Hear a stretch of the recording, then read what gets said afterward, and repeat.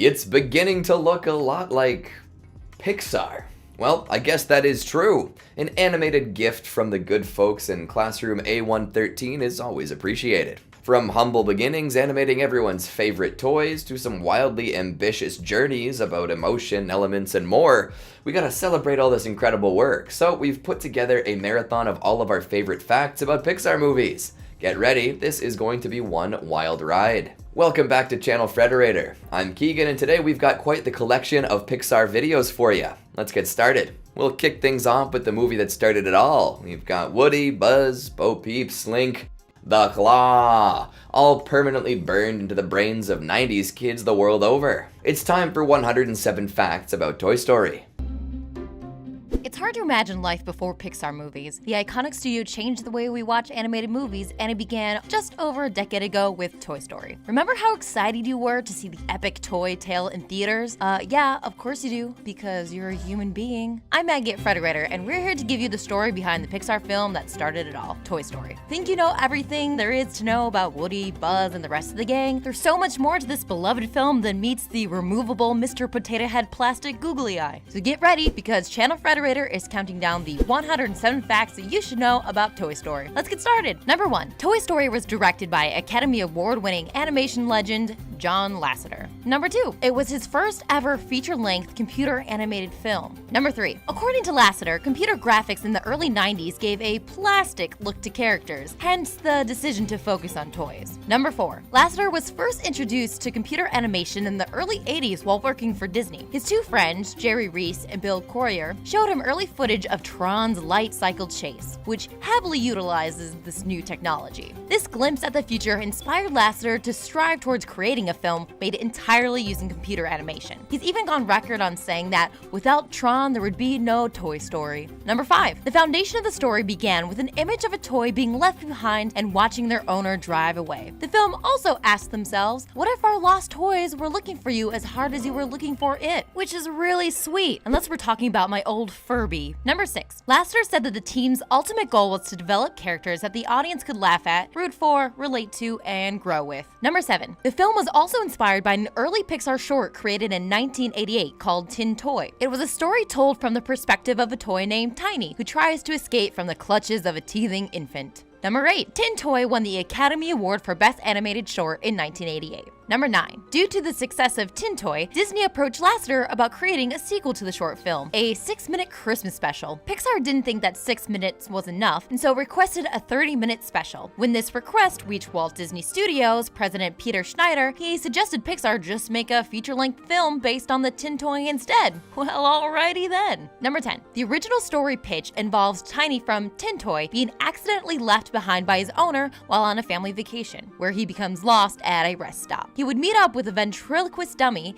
and they would embark on an adventure that would lead them to a preschool, and they would never be outgrown or lost. I wonder if this later inspired the plot of Toy Story 3. Number 11. This concept was scrapped when Pixar decided that Tiny was a bit of a dated character and couldn't carry the story. They removed him and then moved the ventriloquist dummy into the spotlight, who would later become a cowboy doll named Woody. Number 12. Woody was based on an old pull-string doll of Casper the Friendly Ghost that Lasseter had as a child. Number 13. Former head of Walt Disney Studios, Jeffrey Katzenberg, had a list of demands when Pixar started writing Toy Story. Chief among them that it be edgier and cater more towards adults. This resulted in a draft that featured a more cynical and sarcastic Woody, who was flat-out abusive towards his fellow toys and wanted nothing more than to eliminate Buzz Lightyear. This draft was so poorly received that it nearly shut down production of the film. Katzenberg learned his lesson and relinquished full creative control back to Pixar. Number 14. Years before he changed the face of comic book films with The Avengers, Joss Whedon was hired to rewrite the script. Whedon claimed that the concept was gold, but the story was in shambles. So he spent over 6 months with Pixar reworking it into what it is today. Number 15. It's claimed that Whedon's biggest contribution to the story was the idea that Buzz was unaware he was a toy, and that he believed he was an actual space ranger.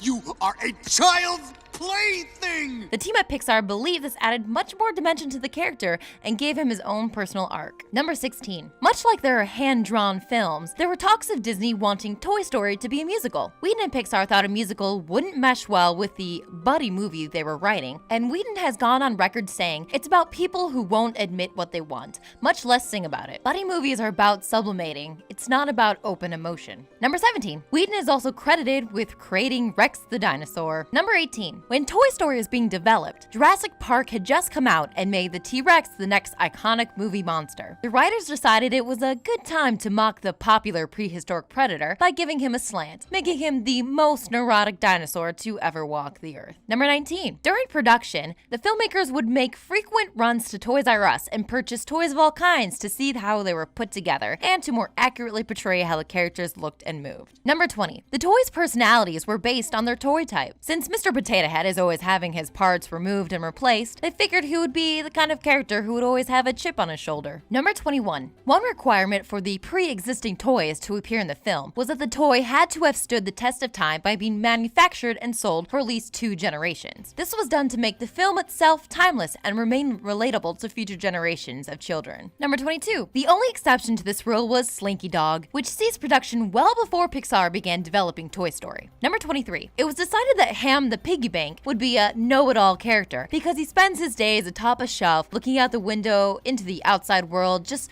watching everything that happens. Number 24. Co-writer Andrew Stanton said that the scene with the most rewrites was the meeting of Andy's toys right before the birthday party. Number 25. Stanton also claims that the scene most difficult to write was Buzz and Woody's argument beneath the truck at the gas station. Number 26. Sid Phillips is based on Stanton and Joe Ranft, both of whom have a habit of taking their toys apart and putting them through bizarre scenarios. Number 27. Lasseter and Stanton don't believe that Sid is evil, just incredibly creative. They claim taking toys apart and reassembling them is his way of play acting. If Sid's just an artist, how come his robot with the Barbie head still gives me nightmares? Number 28. Pizza Planet was originally a pizzeria miniature golf course called Pizza Putt. It was changed when the team realized Pizza Planet would further delude Buzz into thinking he was closer to reaching Star Command. Number 29. Barbie was originally set to appear at one of Sid's sister's toys. According to Lasseter, she would have been a tough-as-nails character like Sarah Connor from Terminator and would have helped Woody escape Sid's house in her pink Corvette. Mattel thought the film would bomb and denied Pixar the rights to Barbie. Number 30. The film originally intended to end with a karaoke Christmas party with Buzz using Mr. Spell as a lyrics prompter. Number 31. The first scene to be storyboarded and animated was the reconnaissance mission of the Green Army Men. The team felt the sequence epitomizes the essence of the film and provided a perfect introduction to the world of toys and what they go through. Number 32. Woody's full name is Woody Pride. Number 33. Woody is voiced by the 2-time Academy Award-winning actor Tom Hanks. Number 34. To convince Hanks that he was right for the role of Woody, Pixar prepared test footage of the sheriff that was animated around some of Hanks' dialogue in the movie Turner and Hooch. Number 35. Hanks often told producer Bonnie Arnold, "It feels like all my character does is scream throughout the entire movie." Voicing Woody would have often left a pain in Hank's sternum for up to 3 days. Number 36. Arnold pitched "You Are a Toy" as a potential title for the film. Number 37. Pixar developed a similar test with an early version of Buzz. This footage was animated around some of Billy Crystal's dialogue from When Harry Met Sally. Number 38. Billy Crystal actually turned down the role of Buzz Lightyear. Upon seeing the film after its release, Crystal went on record saying that rejecting Pixar was the worst mistake of his career. Lasseter heard about this and some years later gave Crystal the role of Mike Wazowski in Pixar's 4th feature film, Monsters, Inc. Number 39. Jim Carrey was also on Pixar's wish list for Buzz, but they couldn't afford him. Number 40. Toy Story's budget was $30 million. This was significantly lower than other Disney films at the time like The Lion King and Pocahontas, which had budgets of $45 million and $55 million, respectively. Number 41. It was eventually decided that Buzz Lightyear's iconic vocals would be provided by the star of Home Improvement, Tim Allen. Number 42. Buzz started out as a miniature red astronaut named Lunar Larry. He was later renamed Tempest the Morph before Pixar finally settled on Buzz Lightyear. Number 43. Buzz is named after American astronaut Buzz Aldrin. Aldrin was the lunar module's pilot on the Apollo 11 mission, where he became the second man to ever walk on the moon. Number 44. Lasseter described Buzz to his designers as the toy that any boy would just die to have. Buzz Lightyear, the world's greatest superhero, now the world's greatest Number 45. When designing Buzz, the filmmakers thought back to all the coolest features that their favorite toys had to create the ultimate cool toy. Some ideas included karate chop action, the ability to glow in the dark, LED lights, a wrist communicator, voice samples, and wings. Number 46. There's a copyright for Disney printed on Buzz's butt. It can be clearly seen when Buzz leaps off the railing and attempts to fly. Number 47. Comedian Don Rickles was Pixar's first choice for Mr. Potato Head. Luckily, he was available to bring the iconic toy to life. It's not supposed to be babysitting Princess Drool. Number 48. Ham's voice actor, John Ratzenberger, is also famous for playing Cliff the Mailman on the 80s television show Cheers. Number 49. According to the filmmakers, Ratzenberger is an ad-libbing machine and with the gift for sprouting one-liners. For every line that they had him read, Ratzenberger gave them 10 hilarious alternatives. Number 50. Ratzenberger has gone on to voice a character in every Pixar movie following Toy Story. His roles include P.T. Flea in A Bug's Life, the Abominable Snowman in Monsters, Inc., and the School of Fish in Finding Nemo. Number 51. Slinky was the last character to be casted, who's played by the late Jim Varney. Number 52. Varney gave Slinky such a distinct performance, the animators went back and completely redesigned the character to better match his voice. Number 53. The voices of the Little Green Men were provided by various Pixar employees that inhaled helium. Number 54. RC, the remote-controlled car, was based on characters like Lassie that can't communicate with other characters through typical speech. Number 55. Sarge, the leader of the Green Army Men, was played by R. Lee Ermey. He's best known for antagonizing Private Pyle as Drill Sergeant Hartman in Stanley Kubrick's film Full Metal Jacket. Number 56. When modeling the Green Army Men, there were 3 details the animators made sure to include for 100% authenticity. First, the soldiers were badly molded and had flaps of plastic sticking out of their heads. Second, the gun barrels were almost always bent. And third, the soldiers' feet were always planted to the green bases. Number 57. Pixar received a list of signals from the U.S. Marine Corps to use as reference for the silent hand gestures between the Green Army Men. Number 58. Eagle-eyed parents may notice that the soldiers actually have the wrong end of the baby monitor with them inside the plant when spying on Andy's party. Woody and the other toys have the end you talk into, while the soldiers at the other end have the one you can only listen to. Number 59. Apple co-founder Steve Jobs attempted to persuade producer Ralph Guggenheim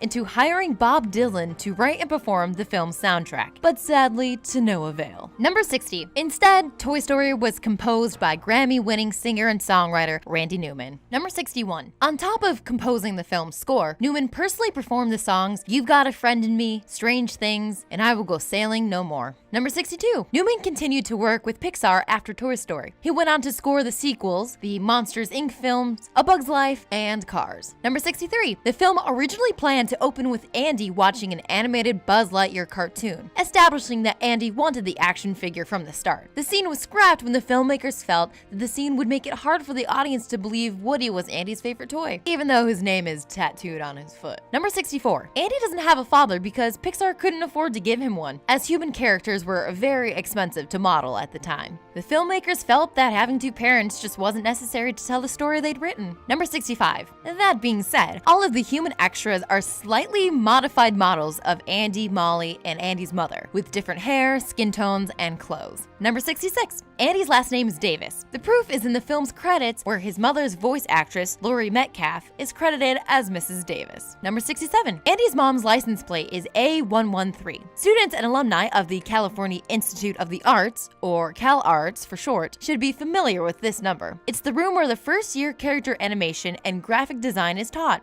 and where many Pixar and Disney employees began learning their craft. Number 68. Some book titles in Andy's room are names of several shorts Pixar produced prior to Toy Story. They include Knick Knack, Red's Dreamed, and the aforementioned Tin Toy. Number 69. The filmmakers designed the first scene of the movie to be a spaghetti western through the eyes of a child. Number 70. The scene where Combat Carl is blown up is based on something that Stanton did as a child. When he was just 8 years old, Stanton and his friend ventured out into an open field where they strapped an M80 to the back of a broken G.I. Joe and lit the fuse. Number 71. Lasseter wanted Sid to blow up a G.I. Joe, but Hasbro didn't take very kindly to one of their most iconic toys being blown to pieces. Number 72. The sequence where Buzz is knocked out the window was choreographed after the Steven Spielberg film Raiders of the Lost Ark. The sound the pushpins make when they hit the desk is the same sound as the arrow trap from Raiders. And the sound the globe makes as it chases Buzz is also the same rolling sound the boulder makes during the iconic boulder chase scene. Number 73. According to the filmmakers, the most difficult sequence to animate was the army men latching onto Woody after he knocks Buzz out of the window. Number 74. The design of the Whack an Alien game at Pizza Planet is a reference to the scene in Ridley Scott's Alien, where the infant xenomorph bursts out of Kane's stomach. Perfect for a kids movie.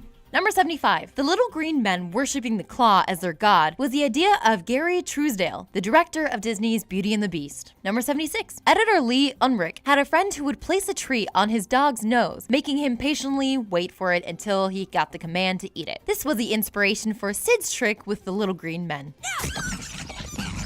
Number 77. Sid birding Woody with a magnifying glass was something that Mike Gabriel, the director of Disney's Pocahontas, did to his toys as well. Number 78. The sound that Sid's dogs make when he's sleeping were designed after the breathing sounds used for the T-Rex in Jurassic Park. Additionally, when the dog wakes up, his pupil dilates, similarly to the T-Rex in the film. Number 79. Magician Penn Jillette of Penn and Teller was brought in to be the assaultive voiceover for the Buzz Lightyear commercial. He was so loud during the recording sessions that people in the lobby of the studio could hear him through the soundproof walls. Number 80. When Alan was recording for the tea party scene, Lasseter put it bluntly, "You're just drunk. You're drunk on tea." Thus, Mrs. Nesbit was born. Number 80. Woody hitting Buzz with his own arm came about from a production story from the film Commando. The Toy Story team heard Arnold Schwarzenegger begging the director to film a take where his character would beat a man to death with his own severed arm. The Commando director thought Arnold's idea was going a bit too far. Number 82. Hanks ad-libbed Woody's interactions with Buzz's arm while he's trying to convince the other toys that Buzz is alive. He even acted with a fake prop arm in the recording booth. Number 83. Despite their great chemistry, Hanks and Alan never recorded their lines together. In fact, all of the actors recorded the lines apart from their fellow voice actors. Number 84. When Sid traps Woody inside the blue crate, viewers may notice the name Binford Tools printed onto the toolbox that Sid places atop the crate. This is a reference to Home Improvement,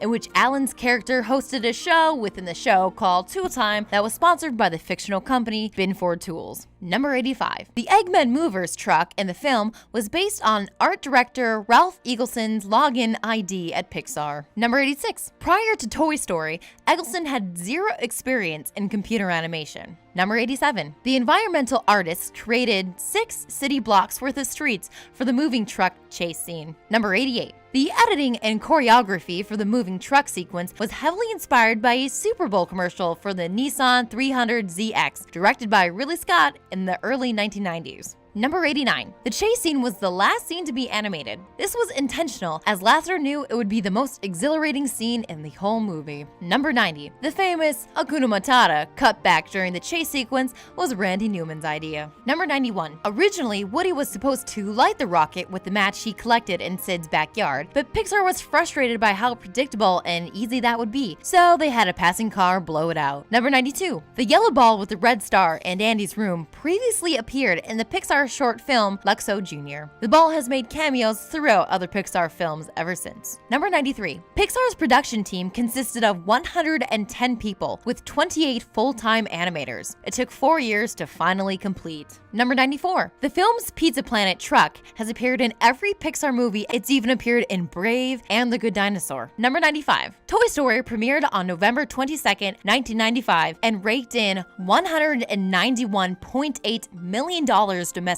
The film went on to make another $362 million worldwide. Number 96. For leading the creation of the world's first fully computer animated feature film, Lasseter was given the Oscar for Special Achievement in Filmmaking at the Academy Awards in 1995. Number 97. To add to the list of firsts the film has accumulated, Toy Story was the first animated movie to be nominated for Best Screenplay at the Academy Awards. Number 98. Newman's You've Got a Friend in Me was also nominated nominated for Best Original Song. Number 99. Woody dolls sold in real life were never voiced by Hanks. Due to his busy schedule, his brother, Jim Hanks, plays the role on the merchandising front. Number 100. There's an actual Pizza Planet at Disney's Hollywood Studio theme park at the Walt Disney World Resort in Orlando, Florida. It even has an arcade. Number 101. When Pixar sought to release Toy Story on DVD 5 years after the film was released, they went back to the original animation files and realized that 20% of the movie's data was corrupted and unusable. Number 102. In 2008, Toy Story was adapted into a live-action stage musical that was performed on Disney Cruise Line's The Disney Wonder. Number 103. In 2009, Toy Story was re-released as a 3D double feature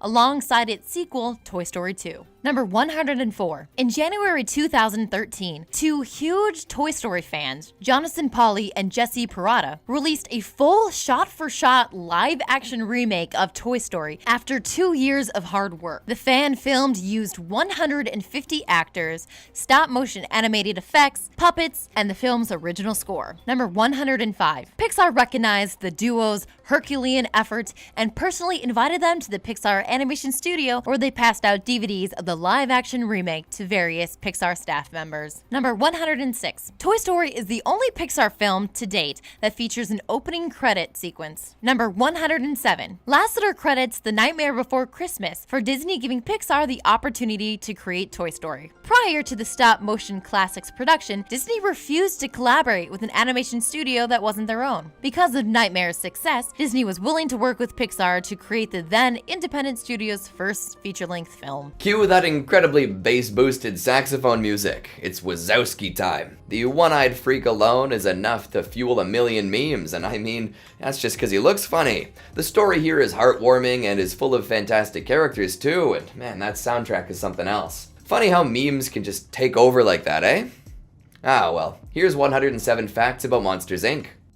It's hard to believe it's been 16 years since Monsters, Inc. came roaring into the world. Since then, Pixar has brought us some memorable characters, but Sully, Mike, and Boo will always hold a special place in our hearts. So climb out from under the covers and check under your bed and in your closet, because we've got 107 facts about Monsters, Inc. Let's get started. Monsters, Inc. made its big screen debut in 2001. It was Pixar's fourth feature-length film after 2 Toy Story movies and A Bug's Life. It was directed by Pete Docter and co-directors David Silverman and Lee Unkrich. It was Docter's first time directing a Pixar film before going directly to Up and Inside Out. Docter didn't just have to live up to the Pixar name, he also had some pretty big shoes to fill. Monsters, Inc. was the first feature-length Pixar film not directed by John Lasseter. In the end, Docter more than proved himself as a director, but he has said that being the first to follow in John Lasseter's footsteps was a long and sometimes difficult road. The very earliest stages of development for Docter began in 1996. It wasn't until early 1997 that the idea started resembling the movie we now know, and by that time, the human character had already changed from an adult man to a young boy to a little girl. The project was given the codename Hidden City during this time, after the restaurant in Point Richmond. When coming up with a new idea, Docter tried to think of the kinds of things he believed in as a kid. Besides knowing that toys came to life when you weren't looking, he also knew that there were monsters hiding in the closet, waiting to scare him. Then he did what all Pixar movies do, take an idea that people connect with, like being afraid of monsters at night, and then show it in a way that the audience never thought of before. This led Docter and the development team to explore reasons behind why monsters have to scare kids. Their answer to that question led to Monsters, Inc. An early idea was that the monsters scared kids for entertainment, like going to the theater. They sketched out the design for a theater where monsters came to see the best scares. The main character in this version was named Barrymore, after the stage actor Lionel Barrymore. The setting switched from a theater to a factory because the creators felt it was funnier to see the contrast of the huge scary monsters clocking in and out and doing other mundane tasks people are very familiar with. Once they decided on the factory setting, they developed a storyline where the main character gets stuck with a kid who's too old to be scared of monsters. They thought it was a funny power reversal to have a big scary monster put in his place by a little girl who isn't afraid of him. At the time that they were developing the idea, Pixar had a rule against relying on magic because animation had a reputation for always being about magic, and they wanted to move away from that. The rule against magic played a role in creating the door system that the monsters used to get to the children. When they were trying to figure out how the monsters would get into the children's rooms, a door that led to another world seemed like a good balance of magic and science. It was John Lasseter's idea to have the monsters start using laughter instead of screams as their power in the end. Doctor actually fought against the idea because he knew that kids would always be afraid of monsters in real life, but he liked ending on the message that positivity is way more powerful than fear. For the previous two Pixar ideas, the development team had the advantage of being able to do research for their designs. For A Bug's Life, they looked at insects, and for Toy Story, they used children's toys. In order to guide the Monsters, Inc. characters, they interviewed kids and asked them what monsters looked like. In order for the creators to design monsters who felt very human to the viewer, they had to stop thinking about them as toys and think about them as characters instead. They would ask themselves how each character would respond differently to different situations, just like people. Doctor was inspired by the Muppets and Where the Wild Things Are when designing his monsters, but he also wanted to create something that looked totally different. In the end, he hoped to strike a balance between honoring these designs without taking anything from them. The original designs for Monstropolis were apparently intended to look more traditionally creepy and scary. They changed the designs when they realized that scaring was just a job, not a way of life for these monsters. Developing Sully was difficult because he needed to be lovable and scary at the same time. They tried him as a janitor and a failed scarer, among many other things, because they felt like nobody would sympathize with a monster who scares children. It wasn't until they realized he needed to be the best scarer that his character started to become clear. We know that Sully's full name is James P. Sullivan, but back when he was a failed scarer, he was actually going to be named Johnson. In terms of Sully's visual design, Doctor felt it was very important to have fur because that made him more lovable. He explains it's the same reason why people dislike snakes and spiders more than rats. Another challenge in developing Sully's design was that the studio wanted to avoid having him look like a man in a suit. This led to lots of experimenting with tentacles and multiple eyes, but they found this both technically and aesthetically challenging. His characterization is what eventually helped them decide on his appearance. He was supposed to be the star quarterback of scaring, so they gave him the look of a big, strong, lumbering athlete. Despite the fact that Sully and Mike's friendship is a cornerstone of the film, Mike actually wasn't in the first draft. The story originally focused on Sully and a little girl and the friendship between them. Doctor didn't like the idea of giving Sully a best friend because it felt too similar to Toy Story. Once they started developing the friendship, however, he saw that it was really different, as Mike and Sully's friendship became the thing that they were at risk of losing because of Boo. Mike was developed from a random background character when the team decided that Sully needed more backstory and more complications when Boo comes into the picture. Early versions of that character featured a monster with 2 legs but no arms. The team thought this was fun for exploring situations where he had to, say, open a door and walk at the same time. With the addition of Mike having only 1 eye, however, it became too complicated to balance those unique features and still make the character feel real, so they decided to give him arms. Mike's name comes from the father of Doctor's friend, Frank Oz, who was a director and performer for the Muppets. Boo's adorable pigtails come from the fact that her voice actor often wore pigtails when she came into the studio, and the creative team liked that for the character. Boo was initially going to be older and more of a handful for Sully. While they liked the idea of her being tough and a little smarter, the young and totally helpless toddler fit perfectly into Sully's character arc as he transitioned from only caring about his work to being more of a father figure. Boo was originally named Mary. It was writer Andrew Stanton who suggested they change it to Boo. While the story was developed by Doctor, Jill Colton, Jeff Pigeon, and Ralph Eggleston, the screenplay was written by Andrew Stanton and Daniel Gerson. Much like Doctor, you can thank Andrew Stanton for, well, pretty much all of your most beloved Pixar stories. He also wrote the screenplay for the first 2 Toy Stories, A Bug's Life, Finding Nemo, WALL-E, and also directed and worked in story development for several other projects. One of Randall's first designs had him wearing a tuxedo all the time. It went along with an early storyline in which Randall was working for Water News, trying to kiss up to him and prove he should be next in line. While they didn't keep the entire plot, some of the story made it into the movie. Even the door system had its own backstory. Henry J. Waternoose the first developed the door technology and founded the company. They developed a whole story about how the technology had changed and become more compact, and how they competed with another company called Fearco and Scaremasters, who each had their own patented technology. Scream power was another nearly omitted part of the plot. They dismissed the idea at first before Stanton found a way to work it into the script, and they realized how important it was. It gave the monsters a reason for scaring the kids, and shaped the design of the entire world. Joe Grant, a Disney animator who had been with the company since their first animated film, Snow White and the Seven Dwarfs, suggested the name Monsters, Inc. during a pitch meeting, at which point the film was simply called Monsters. Unlike its Pixar predecessors, Monsters, Inc. assigned a lead animator to each main character. John Cars was responsible for Sully, Andrew Gordon worked on Mike, and Dave Devan led for Boo. At one point, Sully had tentacles, but a main character who was in so many frames with tentacles proved to be extremely complicated for the artists and hand animators, so they scrapped the idea. After that, the idea of Sully as a football player stuck in everyone's mind. Unfortunately, this provided a unique challenge for animation as massive, heavy figures were usually balanced out with slow movements, a concept that wouldn't fit Sully's athletic nature. To help, the animators consulted with Berkeley's Roger Cram, an expert on the locomotion of heavy mammals. Talk about doing your research. Animating Sully's fur proved to be another difficult task. The Monsters, Inc. team actually had to develop a new program called FIST in order to make simulating the fur more manageable. Even then, it was still a huge task. Doctor describes that work as their biggest breakthrough in development. Sully had 25,336 key hairs that the animators used to guide the motion and shape of all of his fur. Remember the scene at the end when Boo touches Sully's hand? They had to hand animate his fur reacting to her touch. In total, Sully's fur was made up of more than 3.2 million hairs. Can you imagine what a bad hair day would be like with that much hair? Designing and animating fur and tentacles for the monsters was very difficult at the time. Even with all the technological advancements since then, more recent movies like Finding Dory and Monsters University still refer to Monsters, Inc. as a trailblazing film for their visual designs. FIST also controlled the movement of Boo's shirt. If you look at clothing in Toy Story 1 and 2, it didn't yet move and fold naturally like Boo's does. They also developed an algorithm called the Global Intersection Analysis to keep her clothes from tangling themselves. Who knew a little pink t-shirt could be so complicated? They did have some sneaky ways of making the animation process a little easier. You probably didn't notice the first time around, but if you go back and watch, you might be able to spot that 90% of the monsters in the movie had Mike's tongue. The scene inside the door vault was another complicated task, as it included 500,000 hanging doors to create the feeling of such a vast room. Monstropolis is actually only one part of a massive world the creators imagined. They designed a huge forest where Mike wanted to leave Boo when they first found her, and a whole gag where every time they turned to leave, she would appear right in front of them. Sadly, the idea didn't make it into the final product because it didn't progress the story and would have been technically difficult to execute. Mike Wazowski is voiced by Billy Crystal, who you might remember from the movie When Harry Met Sally, amongst a million others. If you don't remember, I bet your parents do. Mike wasn't the first opportunity that Pixar offered Billy Crystal. He was originally offered the role of Buzz Lightyear, but turned it down due to a conflict. As you can probably guess, he came to regret that decision, saying it's the only role he ever turned down that he felt bad about. Luckily, years later when Doctor and Lasseter approached him to voice Mike, he didn't make the same mistake twice. Crystal describes Mike as the most energized, romantic, and neurotic character ever, who is an honest and decent guy, but a little dim sometimes. His character design also reminded him of a tree frog. Sully is voiced by John Goodman, who has lent his voices to roles in The Emperor's New Groove, The Princess and the Frog, as well as appearing in countless live-action films and television shows. Unlike a lot of other animated projects, the voice work for Sully and Mike was done with both actors in the studio together. They felt this helped make the relationship feel more real and emotional. Crystal compares Mike and Sully's friendship and misadventures to that of the 1940s comedy duo Laurel and Hardy. When Crystal joined the project, he requested that Goodman come back to the studio so that they could work together and improvise more, and luckily, John agreed. They recorded voice work for a scene first so that the actors were free to play around with the script before animating the finished product. The creative team would describe to the actors where they were in the scene so that they would have an idea of how to act. Beyond Goodman and Crystal improvising character dialogue, they also did a lot of off-the-cuff comedy that didn't make it into the movie, but had the whole recording studio in stitches. Doctor described working with Crystal as a free comedy stand-up performance, such as the time when reverb was accidentally turned on during a take and Crystal improvised a whole routine pretending he was a sports announcer. When he joined the voice cast, Goodman had just finished filming The Emperor's New Groove, during which he never saw his co-star David Spade, so it was a big change to work side by side in the recording studio. He said the chemistry was through the roof right from the beginning. Doctor described John Goodman's voice work as the heart of the project. All in all, it took Goodman and Crystal 2.5 years to record the part of Sully and Mike. Why such a long process? Goodman explained that they would go into the studio every couple of months to read, and then there would be rewrites and changes to the animation, and the process would repeat. Of course, Mike and Sully weren't the only recognizable voices. Steve Buscemi did the voice of the sneaky, evil Randall. Monsters, Inc. wasn't the first time Goodman and Buscemi crossed paths. Just a few years before Monsters, they co-starred in The Big Lebowski together, as well as a number of other films. Doctor wanted to avoid the mistake of allowing the actors to do silly voices for their characters just because it was animation. He felt this would take away from the human aspect of the characters. With Mike's voice, they compromised, using a slightly more caricatured version of Billy's regular speaking voice. It's hard to imagine Sully being afraid of anything, but his real-life counterpart, John Goodman, admitted to being afraid of Frankenstein. Boo was voiced by Mary Gibbs, who was actually the toddler daughter of a storyboard artist working on the film. They originally liked the idea of a toddler's babblings sounding like a different language to the monsters. In the end, however, she just sounded like an adorable child, which they liked better. Mary was actually only brought into the studio because they needed a young girl for some rough sketches and scratch dialogue, and storyboard artist Rob Gibbs suggested his 2.5-year-old daughter. After they decided to officially use her voice, it took about a year to record all of Boo's dialogue. Because she was so young and couldn't sit still, recording sessions with Mary often involved someone following her around with a microphone. While the final product was well worth it, working with talent as young as Mary made it difficult because they couldn't give her much direction while recording, and when they did, she didn't usually listen. Sometimes, to make the studio environment more kid-friendly, they would tell Mary her lines using a Sesame Street puppet. That's actually one of the few memories she has from the studio, considering she was so young. A lot of the recordings of Mary's toddler babbling didn't get used in Monsters, Inc. Luckily, it eventually went to good use as Pixar used it for the voice of Baby Riley in Inside Out. The musical score was composed by Randy Newman, who had already received Oscar nominations for his work on A Bug's Life, Toy Story, and Toy Story 2. He certainly lived up to his reputation when composing for Monsters, Inc. He wrote all of the music for the film, including the ending title sequence song, If I Didn't Have You, sung by Billy Crystal and John Goodman. After the success of his Pixar hits, Randy Newman sometimes noticed children showing up at his shows, despite the fact that a lot of his other work doesn't appeal to them. When he noticed kids in the crowd, he said he tried to watch his language as best he could. Newman found that writing for movies forced him to push his boundaries as an artist because he produced music that he never would have done on his own. He called his Monsters, Inc. work the best score he had done and said the work was far more elaborate than anything he would do as a solo artist. When working with Pixar, Newman approaches each character as an adult with adult emotions, even though the film is meant for children. The complexity of each character is captured in his scores. For instance, the score for Boo was initially meant to evoke fear because the monsters are terrified of her. Later, her theme changes and the music becomes softer as Sully begins to care for her. Some music buffs may have recognized the sound of Randall's theme music. It was inspired by Italian composer Nino Rota, whose style of music was written in minor and featured trombone and sax solos, which Newman thought suited the evil character well. Sully and Mike made it into the Cars universe. Sully can be seen in the ending credits of Cars as a monster truck version of himself, and both characters appear as cars in the short film Tokyo Mater. In case you ever wondered, the fact that scare gas was a scarce resource was not meant as a comment on our society. It was only meant to raise the stakes for the scarers and make their job more dangerous and important. There were plenty of fun gags throughout the movie that got cut either for time or because they got too complicated. The creators made up several scenarios for Mike to mess with Randall, like sending him through an upside-down door that didn't make the cut. Doctor said he still thinks of the Monsters, Inc. characters even a decade later, and said it's still fun to wonder where Sully might be today. That being said, he also acknowledges that while it's fun to wonder about the little stuff, shaping a whole follow-up movie of what the monsters' lives are like today would be incredibly challenging. Goodman's favorite part of the movie? The message that the power of laughter and love beats the power of fear. He thinks that's an important universal truth, even if it sounds a little corny. Pete Docter wasn't the only director who went on to more success. Lee Unkrich went on to co-direct Finding Nemo and direct Toy Story 3, as well as executive produce The Good Dinosaur. Before and after Monsters, David Silverman was a producer for a little show called The Simpsons. You may have heard of it, and went on to direct The Simpsons movie. The film may have been an instant success, but Docter said its impact didn't become real until more recently, when fans in their 20s started telling him that Monsters, Inc. was the film of their childhood. That made the success real because he remembered feeling that way about Disney films from his childhood. Robert Schnockenberg, author of The Big Bad Book of Bill Murray, revealed that Docter and Pixar execs allegedly reached out to Bill Murray as their first choice for Sully, but never got a response, and so they moved on. Pixar fans all remember the teaser trailer for WALL-E, which told the story of a famous lunch where John Lasseter, Pete Doctorow, Andrew Stanton, and Joe Ranft sat down and sketched out the ideas for what would become some of their most famous films. While Monsters, Inc. was one of those films, Lasseter later clarified that the idea may have first began then, but it took the hard work of many other people for the film to become what it was. That famous lunch took place at the Hidden City Cafe, which we already know was a codename for the film, but as another nod to the location, the cafe actually appears in Monsters, Inc. Sadly, in real life, the cafe closed in 2012. We all know that the monsters were terrified of humans, but do you remember the code that they called when a monster was contaminated by a white sock? It was 2319. Some extremely perceptive fans noted that the 23rd and 19th letters of the alphabet are W and S, perhaps standing for white sock. The Pixar short entitled For the Birds accompanied the film's theatrical release. Not only did Billy Crystal believe in monsters as a kid, but he still believes in them today. Do you still check for monsters under the bed? John Lasseter told Crystal that they were going to do a Monsters, Inc. prequel at a party. Crystal didn't hesitate to jump on board for another film. Mike is Billy Crystal's favorite character that he ever played because he relates to being a little guy in a big man's world who doesn't let anything get in his way. After its release in 2001, Monsters Inc. pulled in over $577 million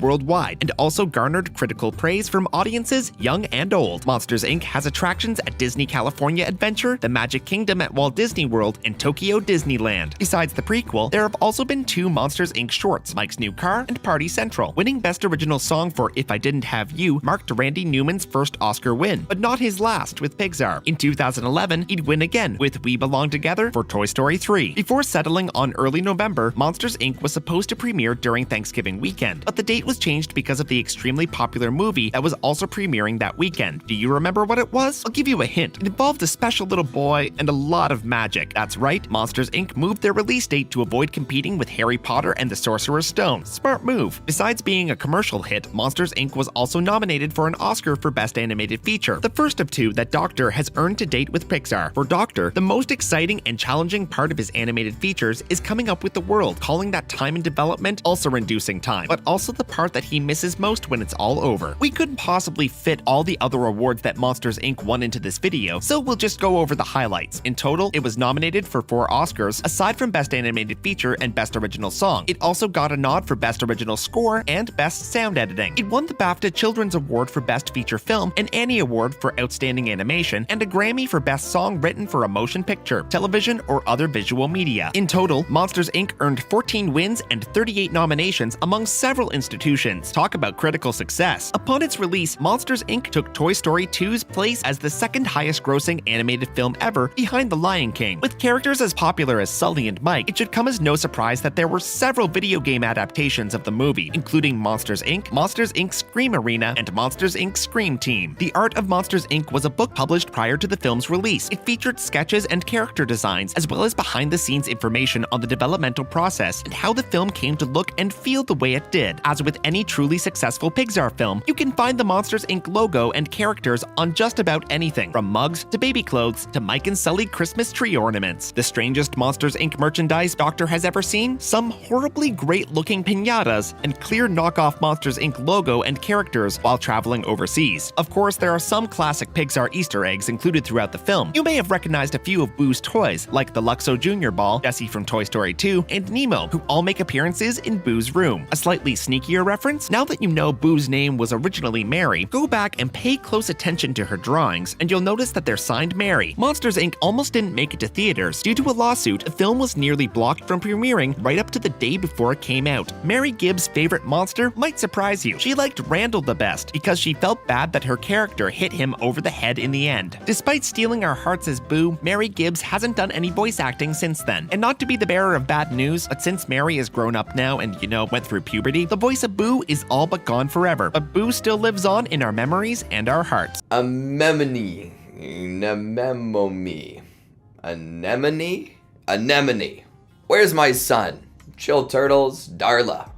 107 facts about Finding Nemo. It's been over 13 years since little Nemo first swam into our hearts, but we remember it like it was yesterday. The crazy sharks, the cool turtles, the whale. Audiences couldn't help but fall in love with all of the characters, which is why a sequel is just around the corner. I'm Chad from Lou Tunes, and we are here today asking, do you think you know everything there is to know about Marlin, Dory, and the rest of the gang? Well, think again. There's so much more to this beloved film than meets the fish's eye. Number 1. Finding Nemo was inspired by director Andrew Stanton's personal experience of being an overprotective father. Number 2. After Stanton gave an elaborate and moving hour-long pitch of Finding Nemo to Pixar head John Lasseter, Lasseter said, "You had me at the word fish." Number 3. Stanton chose Marlin and Nemo to be clownfish because of their close relationship with the anemone and how they usually never leave their home. Stanton wanted to make a father-son story and see what would happen when they were forced to swim out of their comfort zone. Number 4. Dory was originally set to be a male character. Number 5. If Stanton and co-writer Bob Peterson were ever experiencing writer's block, they'd go out for a long drive to get away from any distractions. One of the film's great moments to come out of those road trips was Nemo's shark bait initiation scene. Number 6. The scene where Marlin chases the boat after Nemo is scooped up by one of its divers was always part of the original script Stanton had prepared for the film. Number 7. The boat chase scene was used by Stanton as he pitched the idea without any visual aids to 900 licensees and marketers. Number 8. After Stanton and his wife watched the Ellen DeGeneres show, he started writing the role of Dory specifically for her. She would change topics a few times before finishing one sentence, and he felt this would go great with the storyline of Dory's memory loss. Number 9. To capture the Great Barrier Reef's beauty, Lasseter made the film's core production team get scuba certifications to experience the reef firsthand. Number 10. The movie's art team also went through training prior to production, which included scuba diving, marine biology, and oceanography classes. Number 11. When working on test footage, animators replicated live-action footage of the ocean. When it was juxtaposed with the animation, they couldn't be distinguished, so animators had to go back and make the animation not look too real. Number 12. A storyline that never was included in the film was that the turtles were riding the EAC to go surfing in Hawaii. Number 13. 200 turtles are in the background during the turtle drive.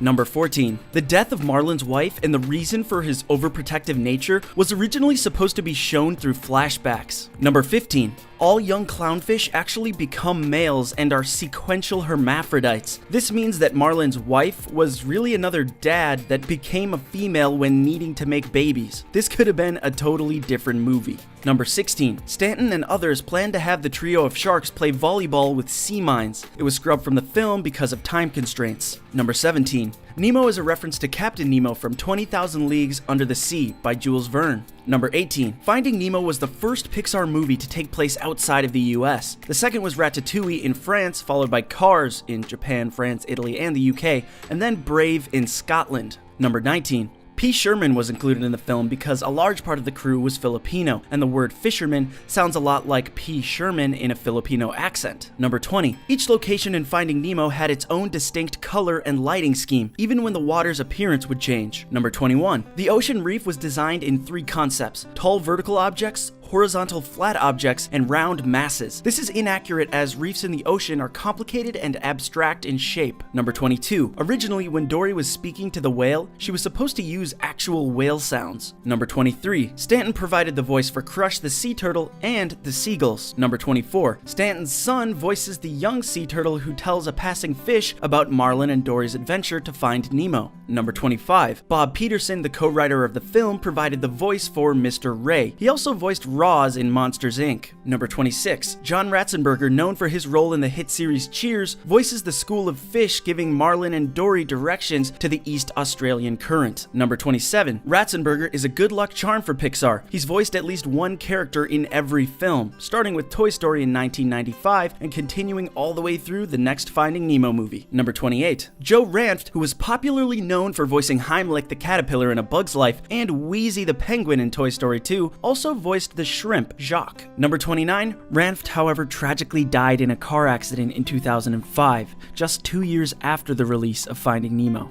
Number 30. Tad the butterfly fish is voiced by Geordie Ranft, son of the late Joe Ranft. Number 31. Megan Mullally, known for her role as Karen from Will and Grace, was supposed to have a part in the film, but was let go as she refused to use her Karen voice. Number 32. The voice of Gil is provided by actor Willem Dafoe, who starred in such major films as Platoon and Spider-Man. Number 33. Gil was actually supposed to be a big bad in the original script. Number 34. Albert Brooks, the voice of Marlin, was not the first big star to be considered for the role of the overprotective clownfish father. It was William H. Macy. Number 35. The voice of Nemo is Alexander Gould, who is known for his role of Shane Botwin in Weeds. Number 36. During recording Jeffrey Rush, the voice of Nigel the Pelican held his tongue out in order to get the sound effect of having Marlin and Dory in Nigel's mouth. Number 37. While recording the heartbreaking goodbye scene between Dory and Marlin, there was only 10 minutes left of the day to film, and Stanton felt it would be too difficult to get real emotion from DeGeneres given her comedic background, but she was able to get the full effect to the point that she and the crew were in tears after only 3 takes. Number 38. The voice of Anchor, the hammerhead shark, is Eric Bana. He's most well known for his roles in Troy and The Time Traveler's Wife, and Don't Make Him Angry. Number 39. The voice of Chum, the Mako shark, is Bruce Spence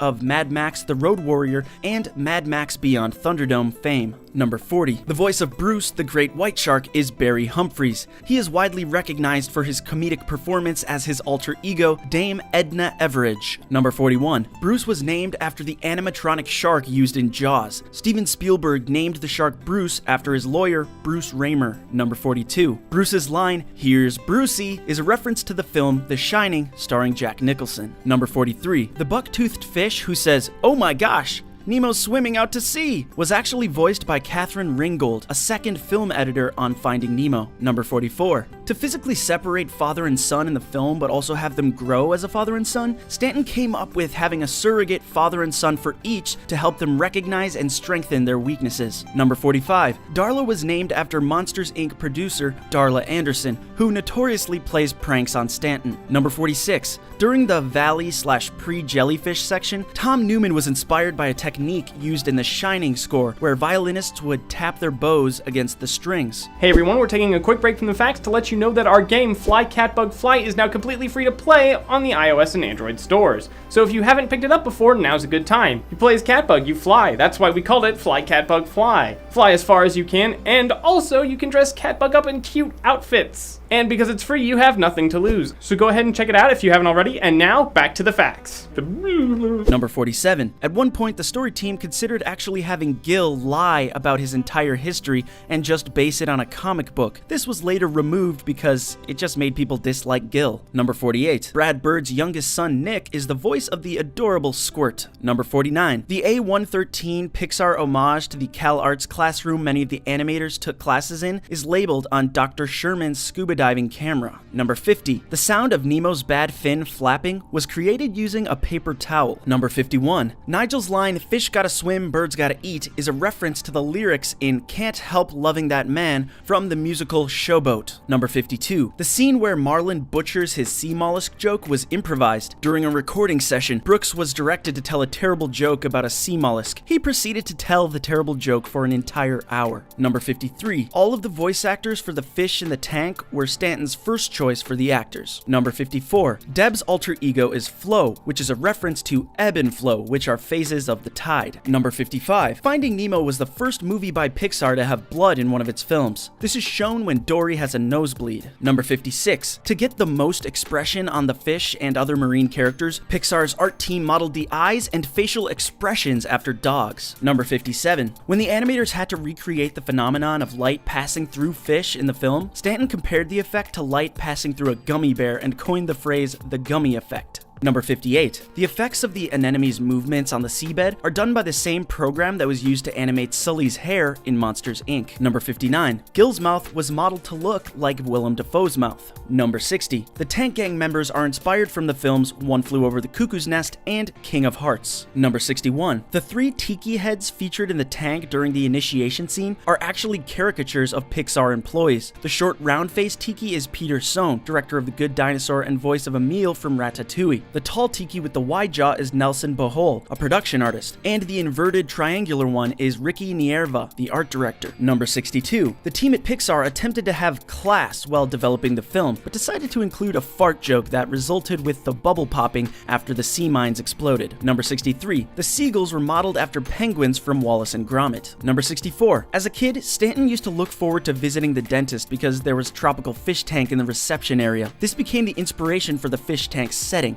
Stanton also thought it would be funny if this was how the fish got their first impression of humans. Number 65. To craft the filter scheme, the Finding Nemo team actually took a fish tank filter and took it apart to make sure their plan could logically work. Number 66. Writer Bob Peterson would speak with his dentist for hours on the phone to learn about the necessary tools dentists use and how to accurately portray how to conduct a root canal. Number 67. Writer and co-director Lee Unkrich actually made an apology to all dentists for the scene where the patient is crying out of pain from having a dental procedure done to him. Number 68. There is a deep fryer and cattle sterilizer in Dr. Sherman's office. Why he needs these things in a dental office is a mystery. Number 69. In the dentist's office, there is a postcard on the back wall that says, "Greetings from Emeryville." This is a reference to the city in which Pixar is located. Number 70. Framed in Dr. Sherman's office is a certificate for Gums Most Likely to Recede award, bestowed upon him for gums that will one day recede. This award was given to him by skipper and captain. Number 71. Dr. Sherman has earned the Toothless Grin Award by the Society of Denture Wearers of New South Wales. Number 72. Dr. Sherman received his Baccalaureus Dentist Honorarium Superbus from the Pixar University of Dentistry. The school's seal includes the little alien wearing a graduation cap and gown. Number 73. Being from Massachusetts, Stanton's drawing of Rockport's Motif 1, a fishing shack from the state, is included in the waiting room. Number 74. There's also a stack of magazines on the table in the waiting room. One of them has a cover that says M is for Monsters, from Monsters Inc. Number 75. And if you look in the corner of the waiting room, there's a bunch of toys. One of them is an action figure of Buzz Lightyear from the Toy Story franchise. Number 76. The boy in the waiting room is reading a comic with Mr. Incredible from The Incredibles on the cover. Number 77. There's a lot going on in this waiting room, as you can tell. 2 lighthouse lamps are seen near the fish tank. These are a reference to 2 real lighthouses on Thatcher Island, called the Twin Lights, which is another reference to Stanton being from Massachusetts. Number 78. Above the examination chair in Dr. Sherman's office is the same mobile from Boo's room in Monsters Inc. Number 79. Darla's terrifying theme music is from Alfred Hitchcock's film Psycho. Number 80. Another Hitchcock reference. The scene where the seagulls are ominously looking at Dory and Marlin was designed to resemble the film The Birds. Number 81. The line, "all drains lead to the ocean," is somewhat inaccurate as water often undergoes treatment before reaching the ocean. Number 82. The JWC Environmental Company, which specializes in design and supply of wastewater solids reduction equipment, jokes that the title of the film should actually be Grinding Nemo due to the previous fact. Number 83. During the scene of Gil's escape plan, you can see a delivery truck with the Pizza Planet rocket on top of it pass by. Pizza Planet is also from Toy Story. Number 84. Nemo's appearance on the big screen wasn't his first. A stuffed toy of him appears on a couch in Monsters Inc. This was due to Pixar's habit of planning films in advance. Number 85. Another reference to Pixar's jumping ahead on films is the appearance of Luigi from Cars. At the end of the film, with the tank gang floating in their bags, you can see Luigi drive by. Number 86. The scene where the large group of fish in the fishing net break out is modeled after an incident that happened to a boat in Norway, where a fishing boat was capsized due to a group of cod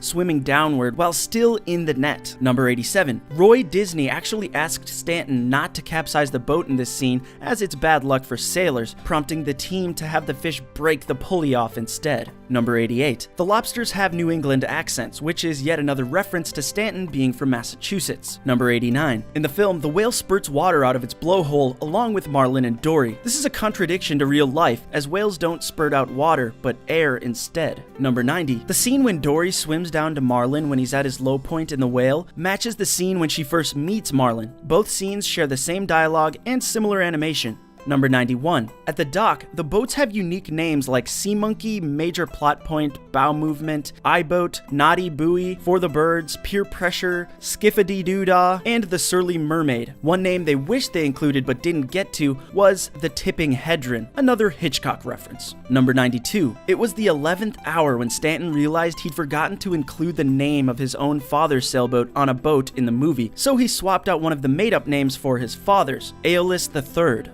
Number 93. Finding Nemo is one of the few Pixar movies to have the words "The End" appear at the end of the film. Only 2 others have this, A Bug's Life and Ratatouille. Number 94. In one of the trailers, the whale that swallows Marlin and Dory approaches them from the front. It was decided that in order to add more suspense, the whale would approach the pair from behind. Number 95. The number of fish included in schools would vary throughout the film. Some would be added and some removed at times for the sake of appearances. So basically, hundreds of CGI fish were killed during the making of this movie. Number 96. The Finding Nemo theme music is only used about 5 times throughout the film, including when Marlin is cradling Nemo in the egg and when Nemo is hearing about his dad's adventures from Nigel. Number 97. Near the end of the credits, Mike Wazowski from Monsters Inc. swims across the screen. Number 98. The movie is dedicated to Glenn McQueen, an animator at Pixar who passed away during the production for the film. Pixar later honored Glenn by naming Cars Lightning McQueen after him. Number 99. The scenes of Bruce, Anchor, Chum, and Squirt near the end of the film were not originally included. This was changed due to the popularity of these characters with the audience during test screenings. Number 100. Michael Eisner, the CEO of Walt Disney at the time, had no faith in the film and thought that Finding Nemo would be a box office bomb.